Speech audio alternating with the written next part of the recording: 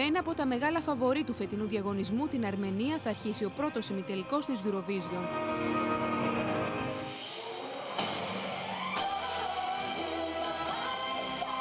Στα στοιχήματα της πρώτης τριάδας του τελικού έρχεται και η συμμετοχή της Σουηδίας.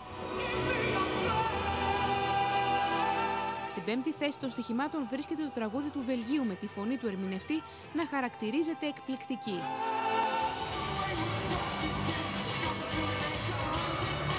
Πολύχρωμη διάθεση και εμφάνιση έχει η συμμετοχή της Ισλανδίας. Ένα τραγούδι που θεωρείται εκτός των ακουσμάτων του διαγωνισμού είναι αυτό της Ολλανδίας, χωρίς όμως να μειώνει τις πιθανότητες για την έκπληξη με το εντυπωσιακό σκηνικό.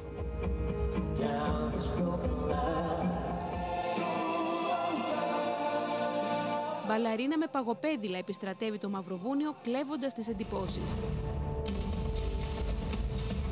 Είναι μερικές από τις χώρες που θα δούμε απόψε στον πρώτο ημιτελικό της Eurovision. Οι πρόβες των 16 συμμετοχών έχουν ολοκληρωθεί και η αγωνία τους κορυφώνεται καθώς ο χρόνος μετρά αντίστροφα. Η ψυχολογία της ελληνικής αποστολής είναι στα ύψη, όπως λέει και το Rise Up.